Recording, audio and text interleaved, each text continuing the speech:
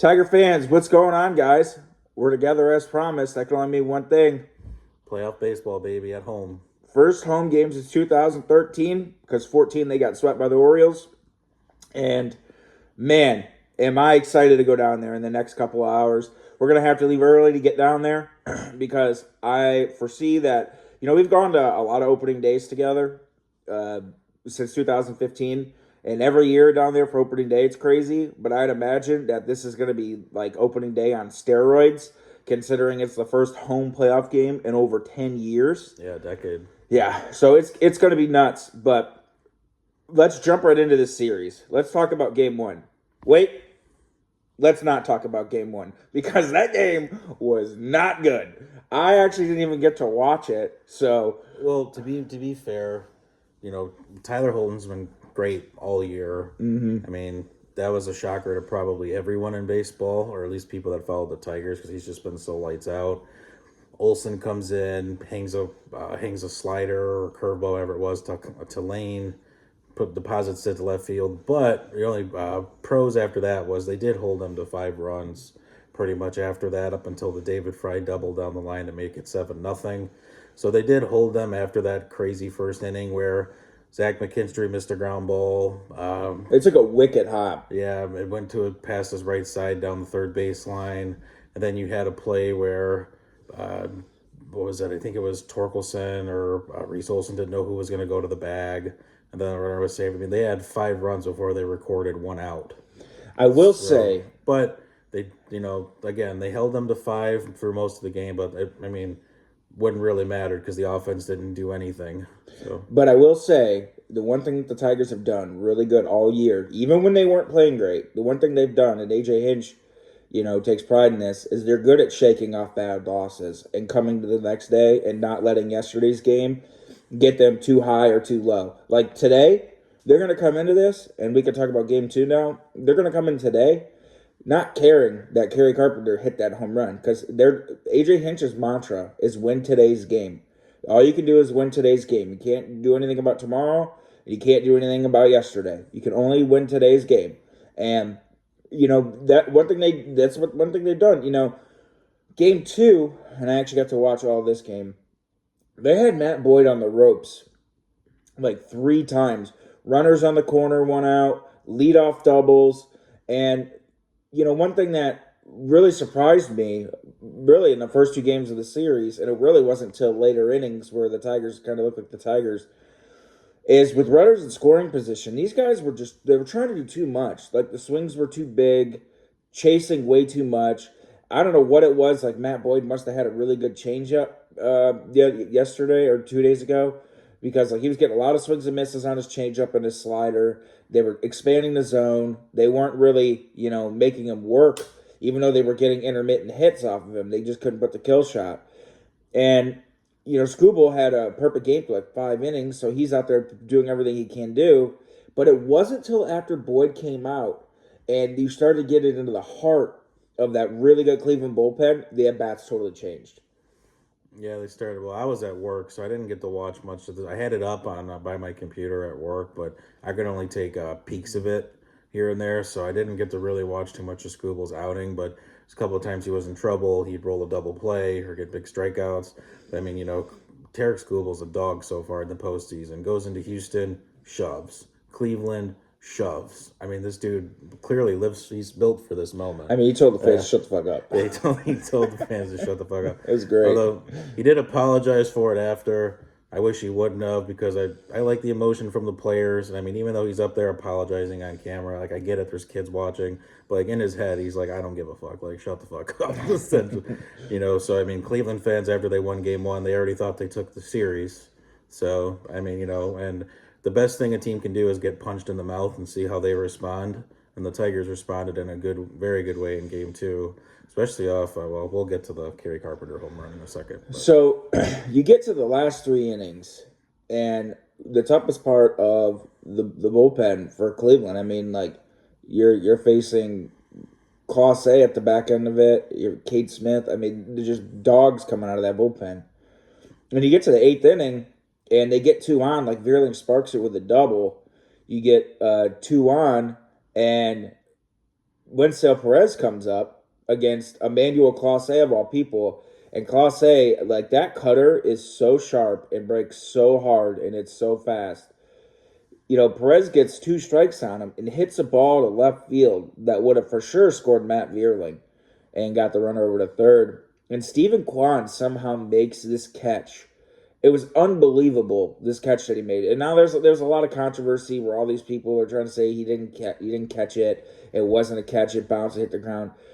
They keep showing this angle of the glove like this with the thumb starting to come upward and the ball touching the grass. But the thing is, the thumb was underneath the ball, scooping it up. It never fully hit the ground. He had possession of I don't know, it's not football, but the way he caught it, the thumb trapped the ball and scooped it up. It didn't bounce.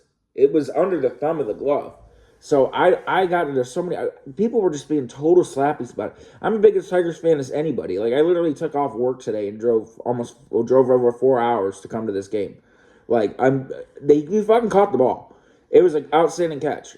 But that at bat by Perez was just a sign of things to come because the 9th inning, they get a couple of runners on with 2 outs, and Kerry Carpenter comes up, and Clase gets a strike on him, and then tries to tempt him, throws him a slider up, he whiffs, and all of a sudden he throws him 3 straight sliders, and they were in the zone though. And that last one, Kerry just golfed it. He hit it, and he hit it so high.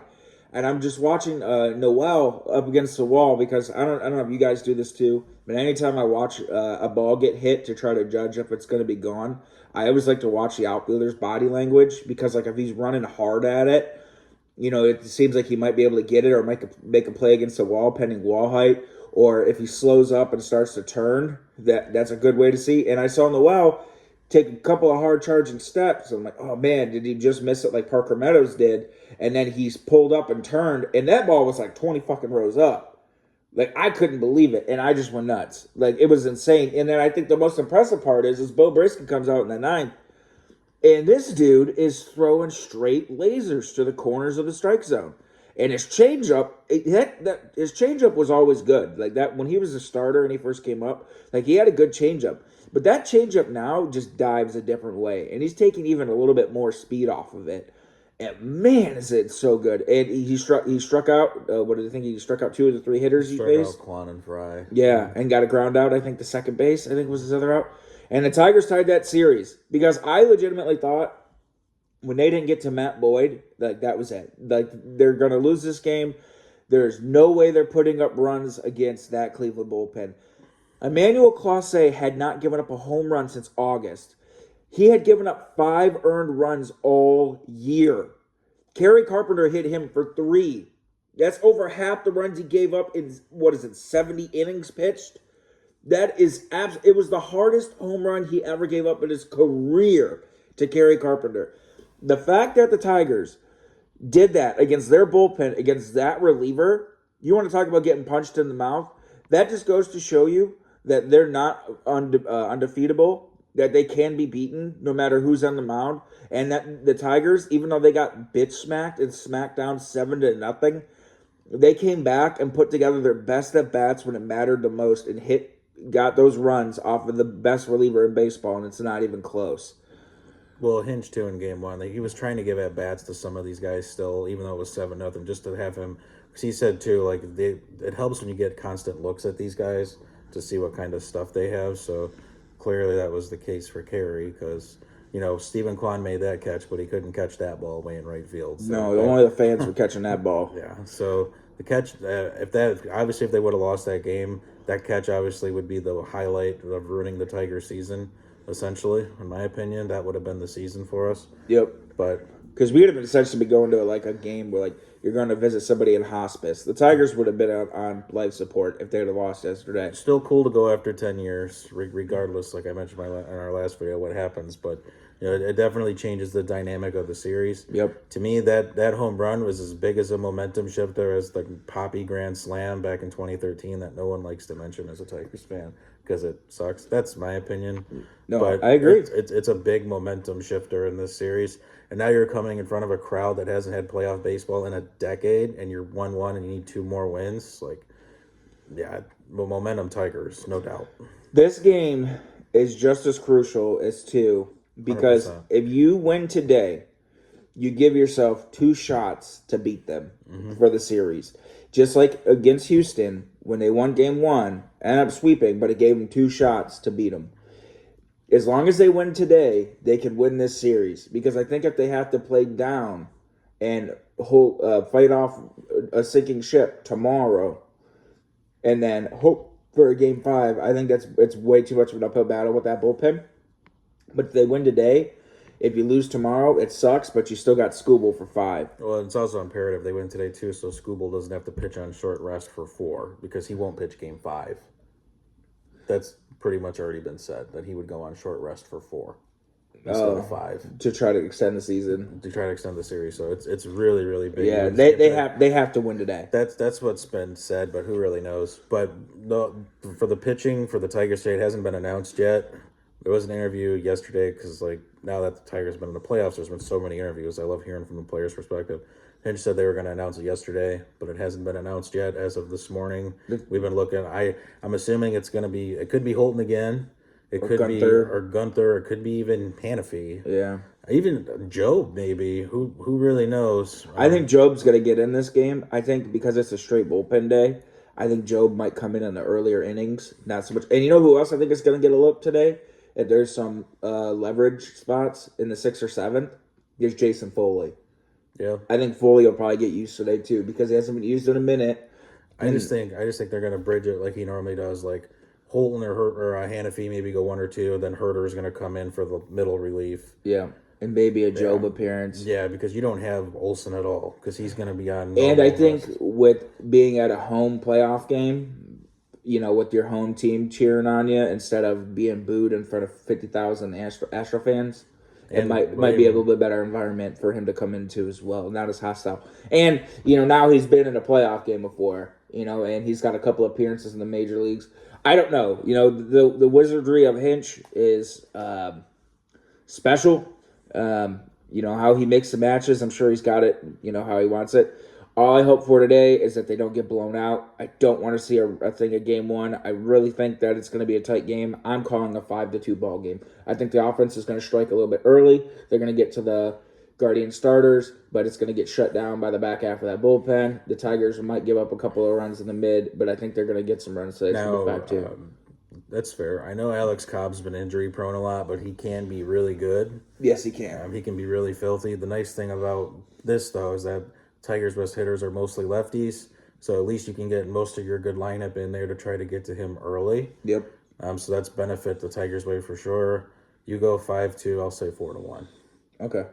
But I think that we just today, if they win today, they can win this series. Give them 2 shots to beat them versus having to play from behind. I think they can win. So, all right, guys, we're gonna be down there. And it's going to be insane. I can't wait to go down there. Tigers playoff baseball, Detroit. It's kind of cold today here in the morning. Cool with me. It's all about October. Let's go Tigers, baby. Let's go.